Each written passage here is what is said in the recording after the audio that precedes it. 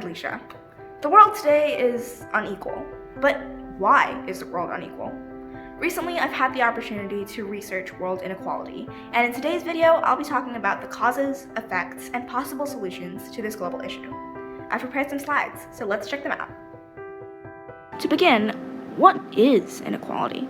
In general, the word inequality describes a difference in several aspects, including size, degree, or circumstances. Put in simpler terms, inequality is just a lack in, equality.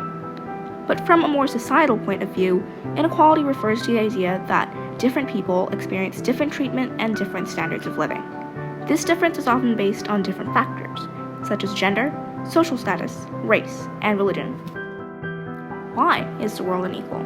The myriad reasons as to why the world is unequal can be divided into two categories: human factors and physical or regional factors. Human factors include historical, economic, political, and social factors. Physical factors, on the other hand, include natural hazards or climate, while regional factors include temperature and precipitation. Let's start off with human factors. First up, political goals. Wealthier countries tend to exploit and take advantage of poorer nations in order to pursue further development and achieve their political goals. This keeps poor countries poor and rich countries rich. One way in which wealthy nations do this is by shifting their problems to poorer nations. We could see this happening when Western countries exported their plastic waste to Asian nations. Malaysia took a major share of the plastic waste, importing plastic waste from 10 countries in just the first 6 months of 2018. That year, the imported plastic waste was nearly as much as the waste imported in 2016 and 2017 put together. In addition to that, LEDCs, or less economically developed countries, often depend on foreign aid and investment from MEDCs, or more economically developed countries. This causes many LEDCs to become indebted to MEDCs. Next, a lack in education. Having access to education is vital to aid in the development and betterment of a nation and its people. The percentage of adults that can read and write in a country, also known as literacy rate, is a factor that can indicate development, and literacy rate depends on whether or not a country's people have access to education. Several factors contribute to the restriction of citizens from receiving proper education, and two of those factors are: most children living in poorer countries have to work to earn money for their family, which means that they don't have enough time for school. And poor communities also often lack the funds and infrastructure to support a school system.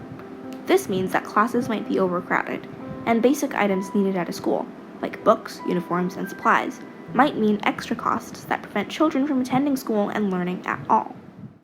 Social oppression and exclusion is also a human factor that contributes to global inequality. Some communities are denied access to certain agencies or services due to varying factors. In more traditional societies, for example, females and those of a certain race, religion, or belief may be turned away from establishments or prohibited from accessing facilities altogether, thus denying their right to their basic necessities. Most sub-Saharan African nations are known to have such prejudiced systems, most especially in terms of gender inequality. Females in these countries are denied their universal human right to education, and are instead forced to work, marry before the age of 18, or complete housework and chores.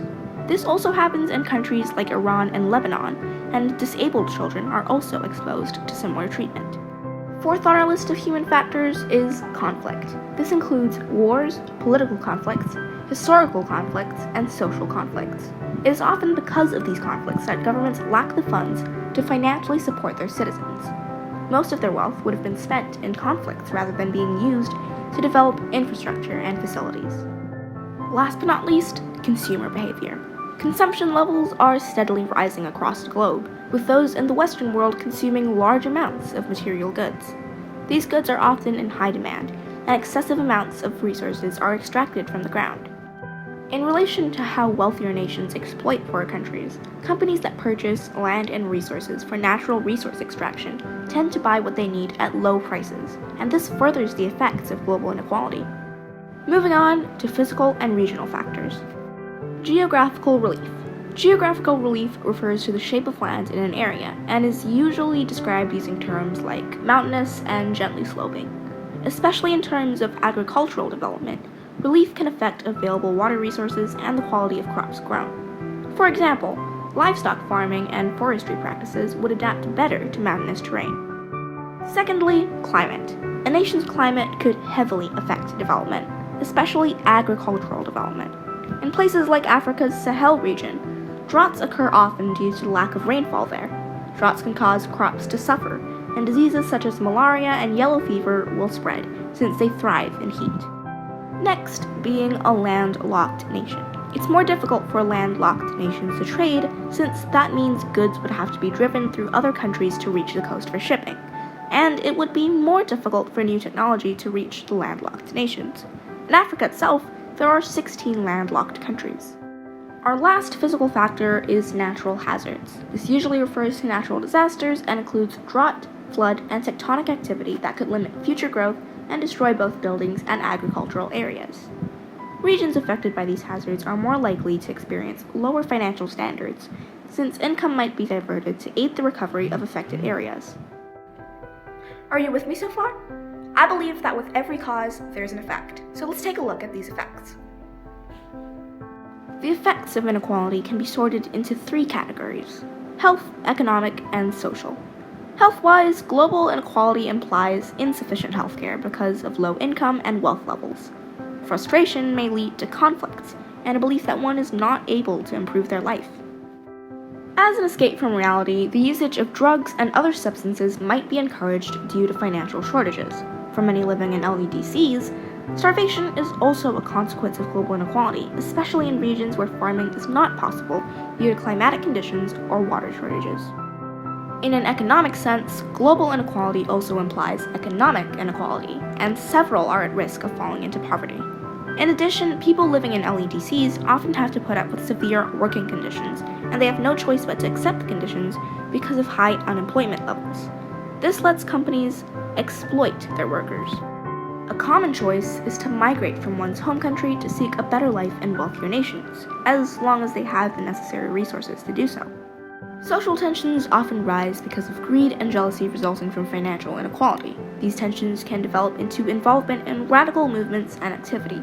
Severe conflicts can also arise in poorer regions, often caused by fights over basic necessities like food, water, and shelter. Children also continue to be deprived of proper education and instead work to supply financial support for their families. And with every problem, we've definitely got to think of some solutions. Based on my research, let's consider some possible solutions to global inequality.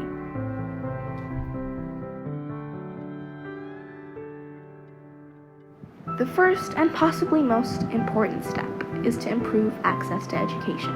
Governments in poorer nations should do their best to ensure better access to education, because only with an education can those living in LEDCs understand how they can improve their circumstances, their knowledge of how to build successful businesses that can change their lives for the better, and also increase their country's overall wealth. This could mean that governments would have to offer financial support to poorer families, but it could also mean spending more money on research facilities, teachers, and the infrastructure required to support a school system. Another possible solution includes worldwide support. Wealthier nations should come together in solidarity to share knowledge, resources, and several other things that could benefit poorer countries and expedite their development process. With this, the world would be making a huge effort to flatten the curve of global inequality. Thirdly, minimum wages should be established. In countries with high unemployment rates, many rely on their jobs and are in turn exploited by companies that pay them low wages. By establishing minimum wages, the people's average income would increase, and this would contribute to a reduction in global inequality. Workers' rights should also be improved. As I mentioned earlier, companies in poorer nations often exploit their workers with poor treatment and low wages. To combat this, governments and local authorities should set stricter rules in an effort to encourage companies to treat their employees better. This next possible solution is something everyone can do. We're all consumers, and by making sure to purchase products that are produced under fair conditions from companies that do not exploit their workers, you can make your contribution to curbing global inequality. Fair Trade International is possibly the most well-known label that works to promote fair working conditions and empowers producers to combat poverty. Their label is often seen on the packaging of food products, like chocolate and ice cream. Here's another thing everyone can do to help. Spread the word. As consumers, we should all do our part to change our consumption behavior. By encouraging others to do so, you and your community can take the first step to fighting global inequality. Your small actions can make a big difference and improve the lives of people across the globe. After looking at my research, what do you think? I hope my presentation has motivated you to give world inequality some thought, especially during times like these when we're challenged by the COVID-19 pandemic. As part of a new generation, I personally feel partly responsible for the inequality that the world is facing today, and I will do my part to make sure that the world becomes a better place. I hope you feel the same. That's about it for now. Thanks for listening. I'll see you next time. Bye!